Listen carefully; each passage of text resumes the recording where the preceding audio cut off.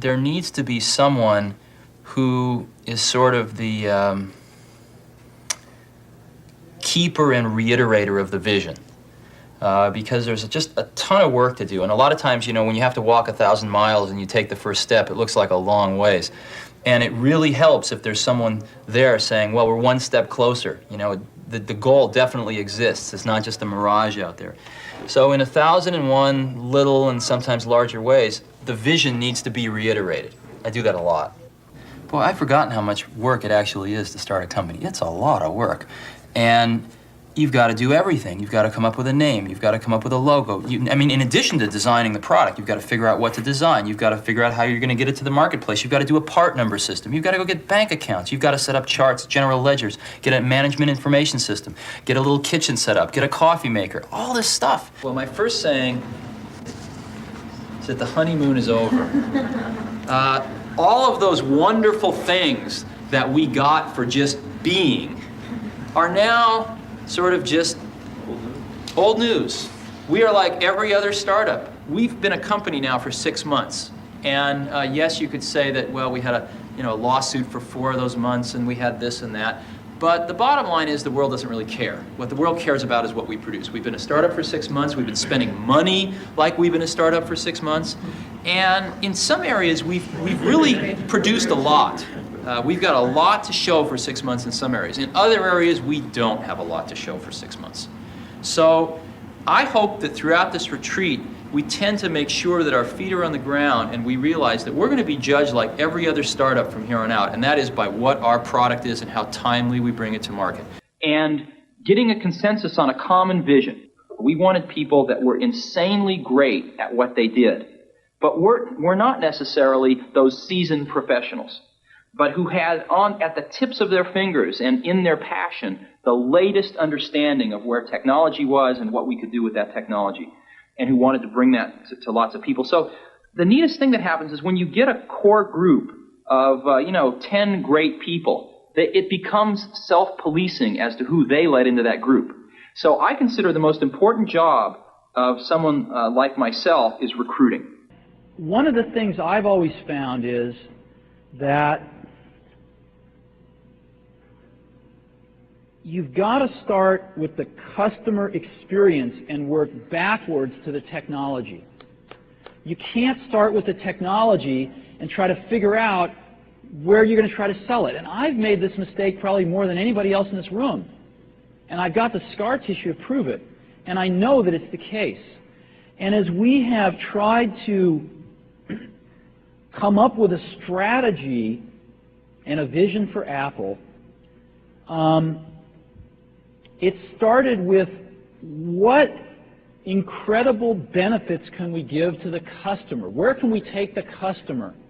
Not starting with, let's sit down with the engineers and figure out what awesome technology we have, and then how are we going to market that. And I think that's the right path to take. You've got to find what you love. And that is as true for work as it is for your lovers. Your work is going to fill a large part of your life, and the only way to be truly satisfied is to do what you believe is great work. And the only way to do great work is to love what you do.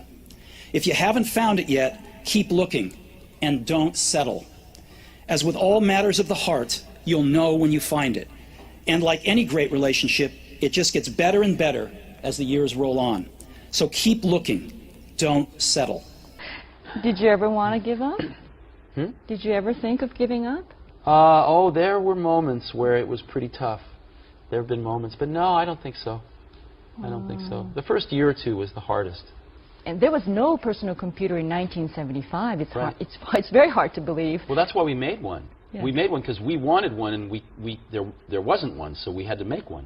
Did you know that when you made the personal computer, though, that this will become a major industry? I mean, did you know like this? No. It took about a year before we started to sense it. I had a partner named Steve Wozniak, Right. who's a brilliant guy, and he did most of the engineering on the original Apple I and the Apple II. And after about a year, we showed it to we just made it for ourselves, and we showed it to our friends, and they all wanted one. And so we were busy making these computers by hand for our friends, and it was taking all of our life, all of our spare time.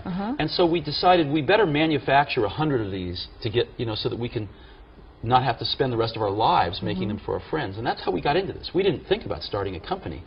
We were just doing it for ourselves, and then our friends, and then the circle got bigger and bigger and bigger. Now there's 25 million people. So you were having fun. Oh yeah, we've always had fun doing this. So many young people are aspiring to become, startup venture, venture companies and emulate something like Apple for themselves. And sometimes people come to me and say, I want to start a company. And I say, why?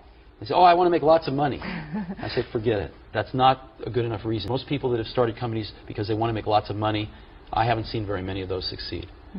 The ones that succeed are people that come, sometimes they don't even want to start a company, they just have an idea that they want to get out, express out into the world. And oftentimes they have to start a company because nobody else will listen to them. It's a company of 10,000 people. How do you permeate the message throughout all the employees? What do you say to them? Well, you permeate by example, ultimately. And in other words, when something's not quite good enough, do you stop and make it better, or do you just ship it? And everybody watches to see how the senior management makes those decisions. And what we've tried to do is stop and make it great before we ship it. When we have problems, stop and fix them. And by example, you can say anything you want, but everybody watches very carefully when you're in a difficult situation, what decisions you make, what values you have. They would like to know how you do it, and it's probably it's probably not easy to do. Yeah, we try to hire really smart people, but we have a very simple organization, and we try to focus and do very few things well. And focusing's hard because focusing doesn't mean saying yes, it means saying no. So we decide not to do a lot of things so we can focus on a few handfuls of things and do them well. And I think everybody working at a company wants to do something great. They want to be excited about what they're working on, and they want to be recognized for it if they do a really great job. So we just try to allow people to do the best work of their lives at Apple and get it out to 25 million customers that we have. And that's very exciting. And when you're working on something, and if this works out, up to 25 million people are going to use this. It's very motivating. And it's not just 25 million of our customers, but other companies tend to follow us. It takes them a few years, but other companies tend to copy what we do if it works. And so we can influence the whole industry. Do you see how do you see yourself 10 years from now? My headlights are not that good. I don't know. I don't really think about it. I think about a year, 2, 3 down the road. We have some projects at Apple that are sort of maybe 4 years down the road, 5 years, probably like 3 or 4 at the most, because things change too much. You can be going down a path, you say, well, in 5 years I want to be here, but then something new happens, and you just say, forget that, I want to be over there. So most of this 5-year planning that I've seen in my life, some of it's essential, but most of it changes too quickly. So we tend to look 3, 4 years. It's about as far ahead as we can see. So you can kick yourself in the butt, but I guess now's the time to change. And one of the things that I don't see is, I don't see it myself, I don't see it in enough of the rest of us, is I don't see that startup hustle. In other words, if we zoom out at the big picture, it would be a shame to have lost the war because we won a few battles. And I sort of feel like I and some of the rest of us are concentrating too much on the smaller battles.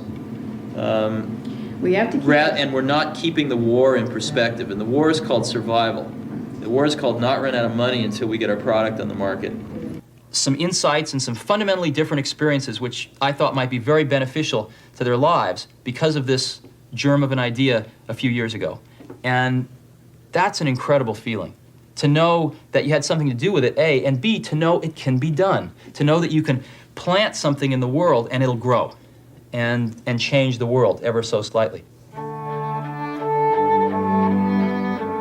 Whether Next can be a viable business is something only time will tell. But Steve Jobs' passionate commitment to his vision is clear. and his certainty that it can be achieved and is worth achieving is a conviction to be observed in all successful entrepreneurs.